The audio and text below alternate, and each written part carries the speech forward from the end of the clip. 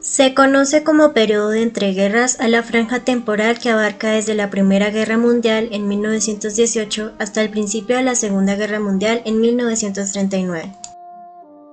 La literatura de esta época fue influenciada por todos estos acontecimientos, dando como resultado nuevos escritores que defendían la renovación de las formas y los temas literarios que se pueden agrupar en dos generaciones, la generación del 14 y la generación del 27.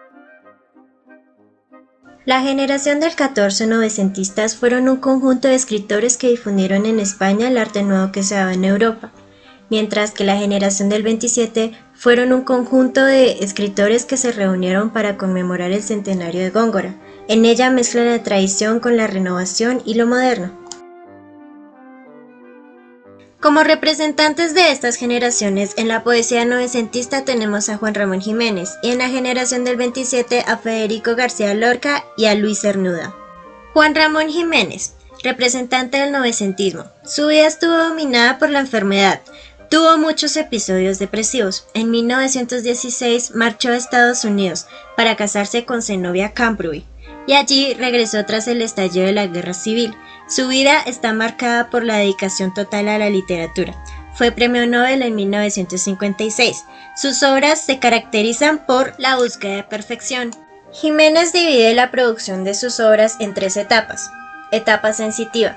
Es un poeta que empieza siendo modernista. En sus versos destacan la sonoridad, la musicalidad, la adjetivación y la presencia de símbolos modernistas, como el atardecer, la luna, los jardines, entre otros. Los poemas están centrados en la intimidad de este poeta. En esta etapa destacan obras como Elegías, La soledad sonora y Sonetos espirituales.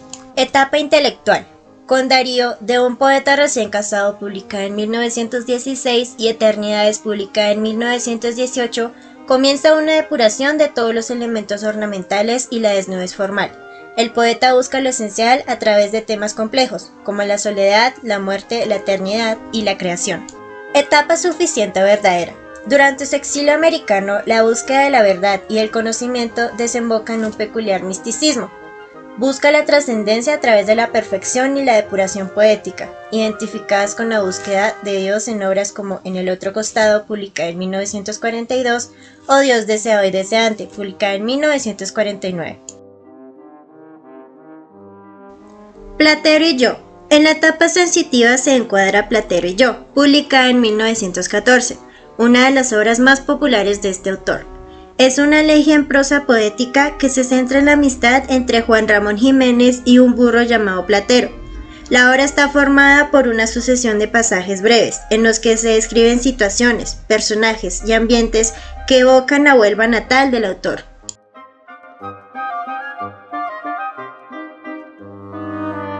Como representante de la generación del 27 tenemos a Federico García Lorca.